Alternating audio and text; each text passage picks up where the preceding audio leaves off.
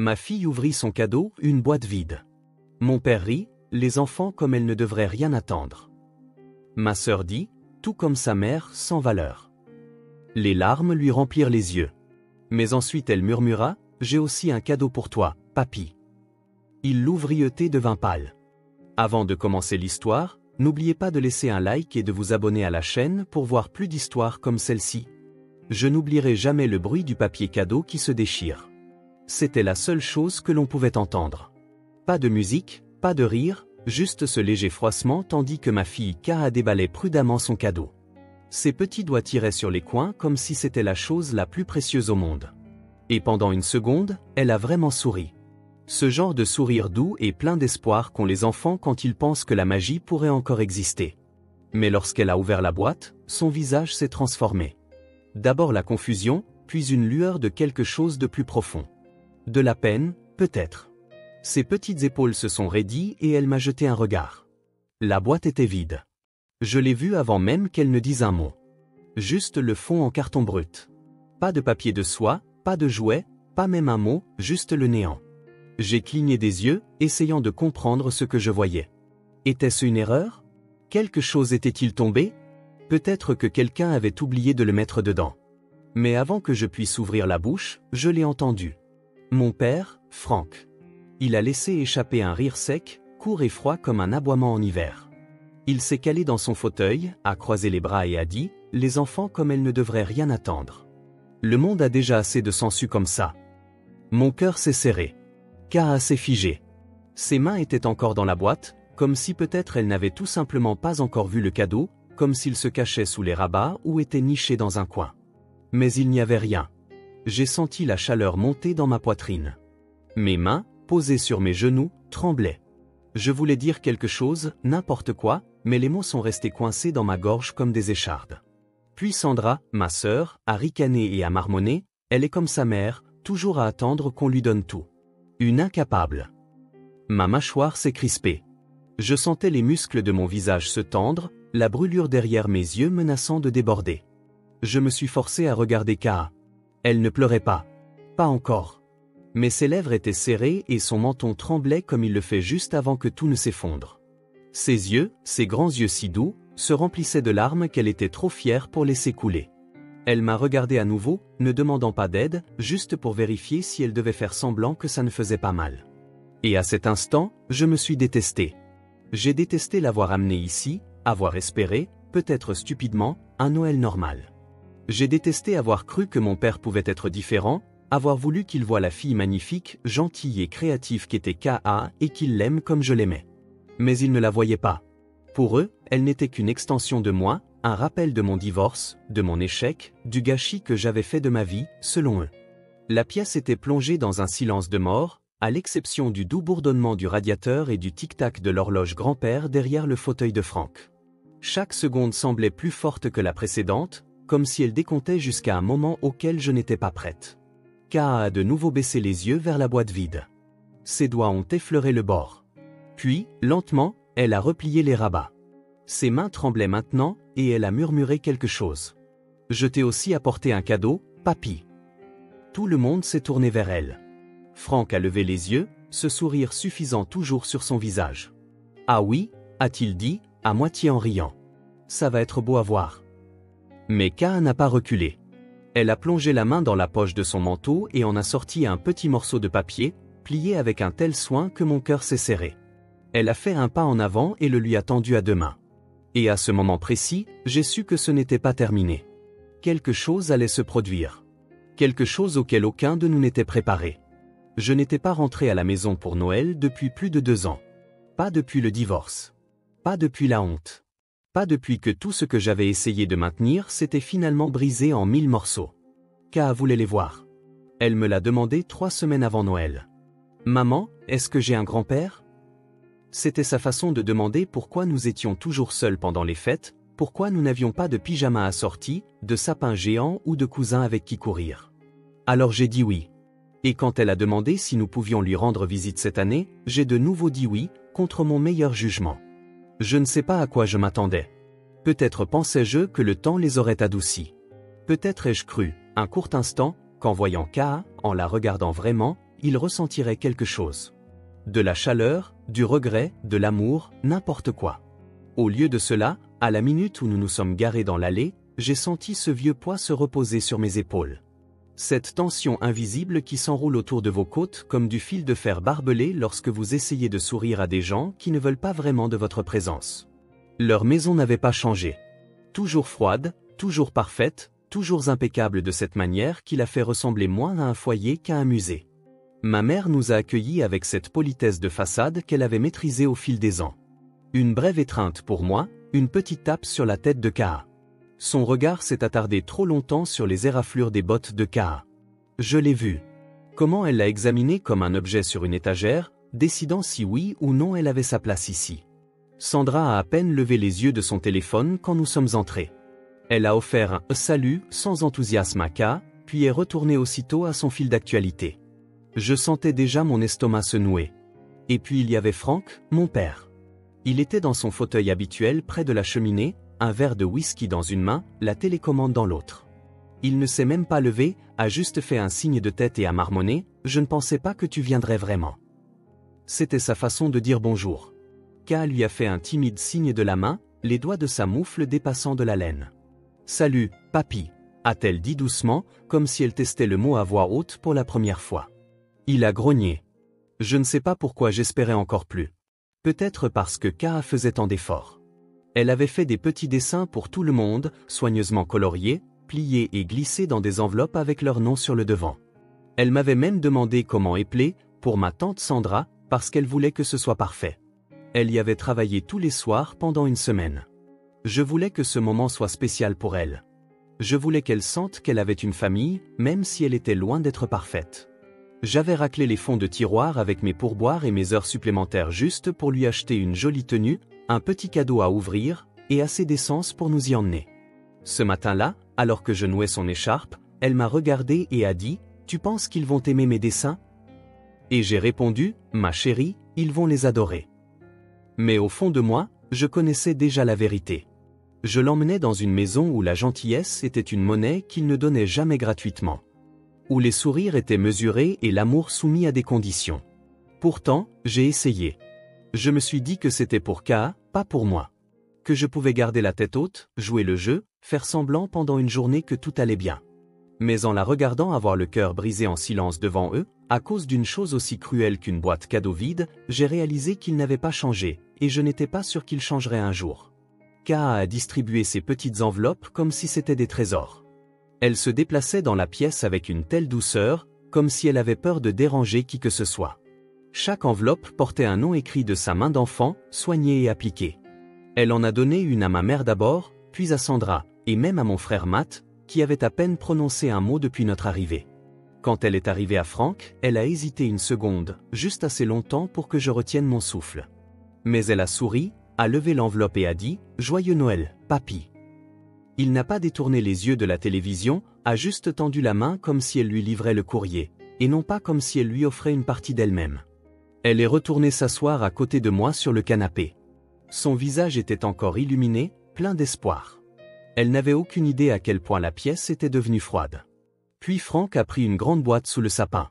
Elle était emballée dans du papier argenté, surmontée d'un ruban rouge, presque trop parfaitement.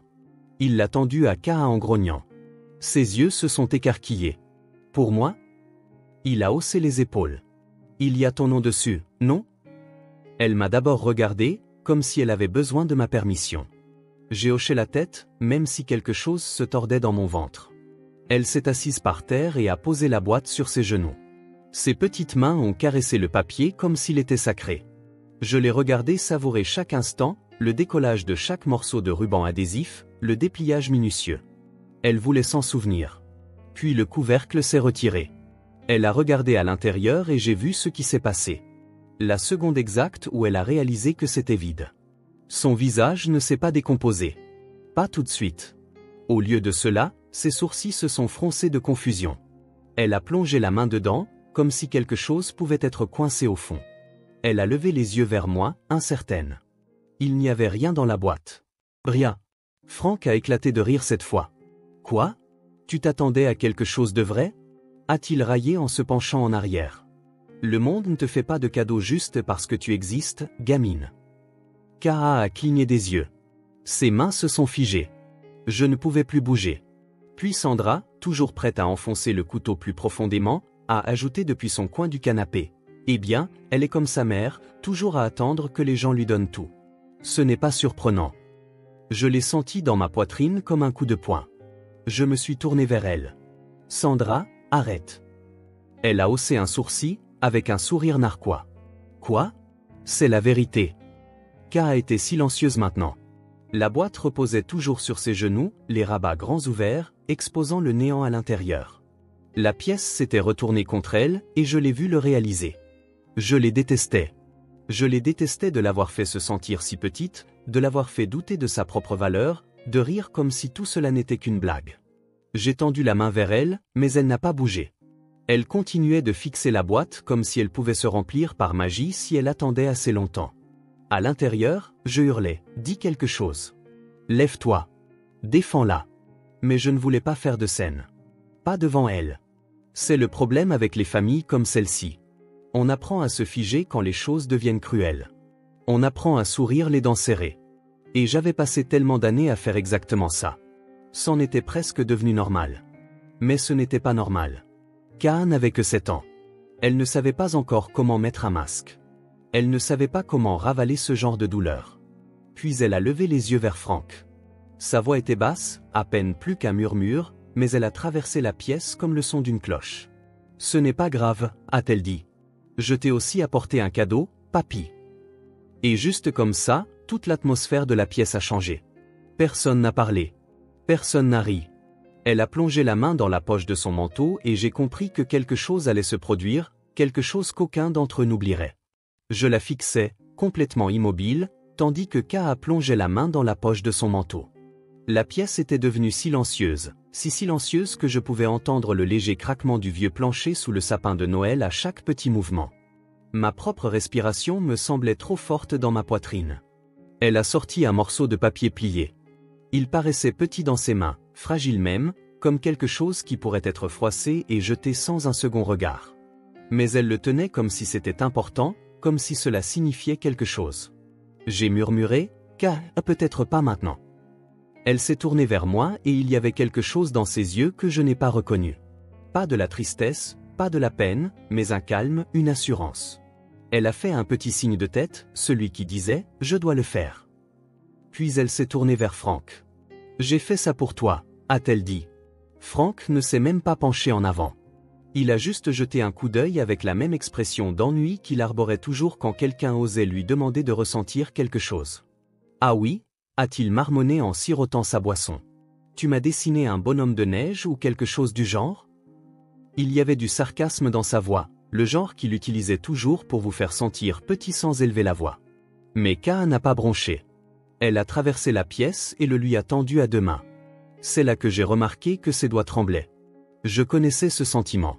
La façon dont vos mains vous trahissent quand votre cœur bat la chamade. Quand vous essayez d'être courageux, même si chaque partie de vous veut s'enfuir. Il le lui a pris comme si cela n'avait aucune importance, l'a déplié d'une main tout en tenant son verre de l'autre. Puis il a baissé les yeux et s'est arrêté. Je ne pouvais pas voir ce qu'il y avait sur le papier de là où j'étais assise, mais j'ai vu son visage. Il ne s'est pas tordu de confusion ou d'irritation comme je m'y attendais. Au lieu de cela, ses sourcils se sont froncés. Il a cligné des yeux une fois, puis une autre. Sa mâchoire s'est légèrement affaissée, comme s'il avait oublié ce qu'il faisait. La pièce entière semblait se pencher en avant. « Qu'est-ce que c'est ?» a demandé Sandra, impatiente.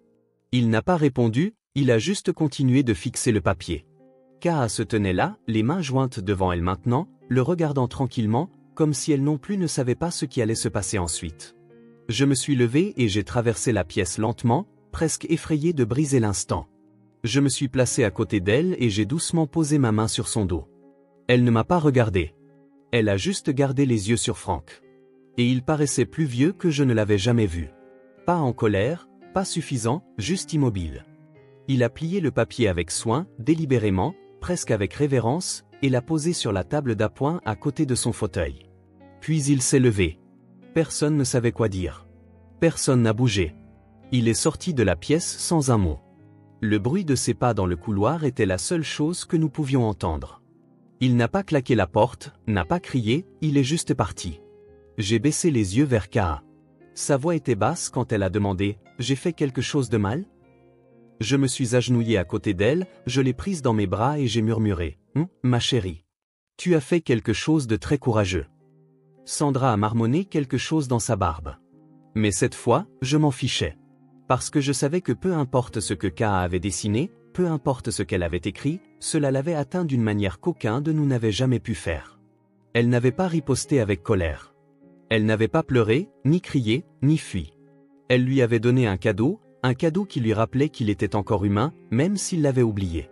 Et je pense, peut-être, que cela l'a effrayé plus que tout. Je n'ai pas vu mon père du reste de la journée. Il n'est pas retourné au salon, n'est pas revenu pour le dîner. Pas même quand ma mère a annoncé que le dessert était près de ce ton trop mielleux qu'elle utilisait pour faire semblant que tout allait bien. Kaa n'a plus mentionné son nom de la soirée. Elle a joué tranquillement avec le ruban de l'un de ses autres petits cadeaux et m'a aidé à plier les restes de papier cadeau comme si c'était une soirée ordinaire, mais je voyais bien que son esprit était ailleurs. De temps en temps, son regard se tournait vers le couloir où Franck avait disparu, comme si elle attendait quelque chose, mais rien ne s'est passé. Pas ce jour-là. Nous sommes partis tôt le lendemain matin. Je leur ai dit que nous avions des projets en ville, mais la vérité, c'est que je ne pouvais plus supporter de faire semblant une seconde de plus. Sandra ne s'est même pas levée pour nous dire au revoir. Ma mère m'a tendu une assiette de restes de jambon couverte de papier d'aluminium et m'a dit de conduire prudemment. Aucune mention de ce qui s'était passé. Personne n'a demandé comment Kaa allait, et d'une certaine manière, c'était encore plus blessant. Le trajet du retour a été silencieux. Kaa regardait par la fenêtre, observant la neige défiler devant les arbres. À un moment, j'ai tendu la main et j'ai pris la sienne. Elle a serré la mienne en retour. Je n'ai pas parlé du dessin. Je ne voulais pas la forcer à expliquer quelque chose de si personnel. Je ne voulais pas disséquer la magie qui avait habité ce moment. Mais j'y ai pensé tout le long du trajet. Qu'est-ce qu'elle avait bien pu dessiner pour que mon père, l'homme qui m'avait un jour traité de mauviette parce que j'avais pleuré devant un film, devienne pâle et quitte la pièce sans un mot? Je l'ai découvert 4 jours plus tard. C'est arrivé dans une petite boîte sans marque laissée sur notre porche. Il n'y avait pas d'adresse de retour, juste le nom de Kaa écrit en lettres capitales soignées sur le dessus. Elle l'a ouverte lentement, comme si elle n'était pas sûre s'il était prudent d'espérer.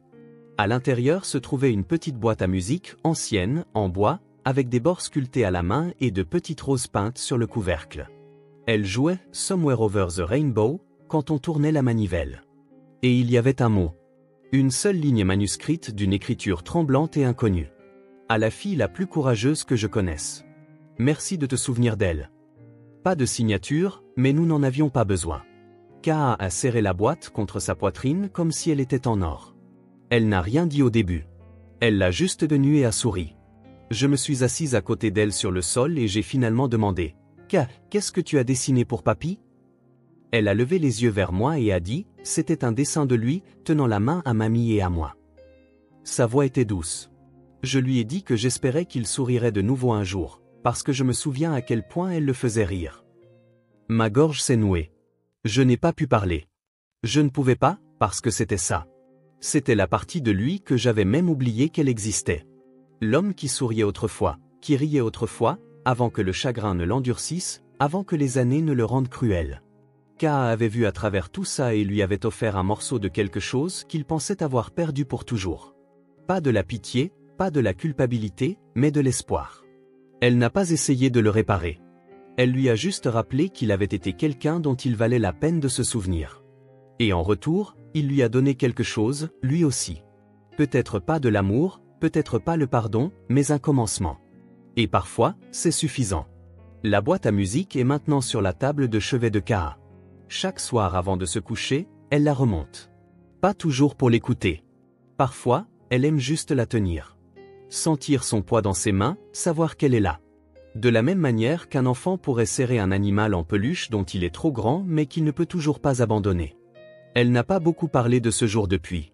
Mais de temps en temps, elle mentionne sa grand-mère, quelqu'un qu'elle n'a même jamais rencontré, mais dont elle parle comme si elle était encore là, comme si Kaa la connaissait à travers les histoires que je lui ai racontées et le vide silencieux qu'elle a laissé derrière elle. Et peut-être que c'est le cas. Franck n'a jamais appelé. Il n'a pas envoyé de message de suivi. Pas de « je suis désolé ». Pas d'explication. Ce n'est pas son genre. Peut-être que ce ne le sera jamais. Mais une semaine après l'arrivée de la boîte à musique, j'ai reçu une lettre. Elle n'était pas adressée à Kaha. Elle était pour moi. Elle était courte, 3 lignes écrites de la même écriture inégale. J'avais tort à ton sujet. C'est une bonne petite. J'espère que tu vas bien. Pas de nom. Mais je savais. Et pour des raisons que je ne peux pas vraiment expliquer, j'ai pleuré en la lisant. Pas parce que ça arrangeait tout. Pas parce que ça réparait les années de silence ou la façon dont il me regardait comme si j'étais une déception portant une étiquette avec mon nom, mais parce que pour une fois, j'avais l'impression qu'il me voyait. Et plus que ça, il voyait Kaha. Il voyait ce que j'ai toujours su, qu'elle est spéciale, qu'elle a cette façon de faire fondre la froideur dans une pièce et de montrer aux gens leur propre chaleur, même quand ils ne le méritent pas. Elle n'est pas bruyante. Elle ne demande pas d'attention, mais elle change les choses. Elle l'a changé. Pas complètement, mais assez. Assez pour qu'un homme qui avait fermé la porte au monde l'entr'ouvre juste un peu. Assez pour que quelqu'un qui ne croyait qu'en la dureté et le silence s'assoie et écoute la musique d'un dessin de petite fille. Les gens me demandent parfois pourquoi je suis retourné là-bas ce Noël-là, pourquoi je les ai laissés s'approcher d'elle, pourquoi je ne l'ai pas mieux protégée. Et la vérité, c'est que je pensais le faire. Je pensais que la protéger de leur froideur suffirait. Que ne pas parler d'eux, ne pas leur rendre visite, ne pas interagir, que cela protégerait son cœur. Mais Kaha n'avait pas besoin de protection. Elle avait besoin de la vérité. Elle avait besoin de les rencontrer, de voir le monde tel qu'il est, beau et cruel, brisé et plein d'espoir, tout enchevêtré. Et d'une manière ou d'une autre, au lieu de s'y perdre, elle a décidé d'y ajouter sa propre lumière. Elle n'avait pas besoin de vengeance. Elle ne voulait même pas d'excuses. Elle voulait juste offrir un cadeau. Et ce cadeau, aussi simple soit-il, a fait quelque chose que je n'ai pas pu faire en 30 ans. Il a ouvert une porte, pas grande, pas pour toujours, mais assez pour qu'un mot puisse passer. Assez pour qu'une chanson puisse jouer dans le silence, assez pour qu'un vieil homme fatigué se souvienne d'une partie de lui-même qu'il pensait disparue. Kaha m'a rappelé quelque chose ce jour-là, moi aussi. Que parfois, la gentillesse est l'acte le plus radical. Qu'un murmure peut avoir plus de poids qu'un cri. Et que lorsque nous choisissons l'amour, même quand c'est difficile, même quand il n'est pas réciproque, nous créons quelque chose que personne ne peut nous enlever. Un moment, un changement, un cadeau. Si cette histoire vous a touché, n'oubliez pas de liker, partager et commenter. Et peut-être, offrez à quelqu'un dans votre vie le cadeau d'une seconde chance aujourd'hui. On ne sait jamais quelle porte cela pourrait ouvrir.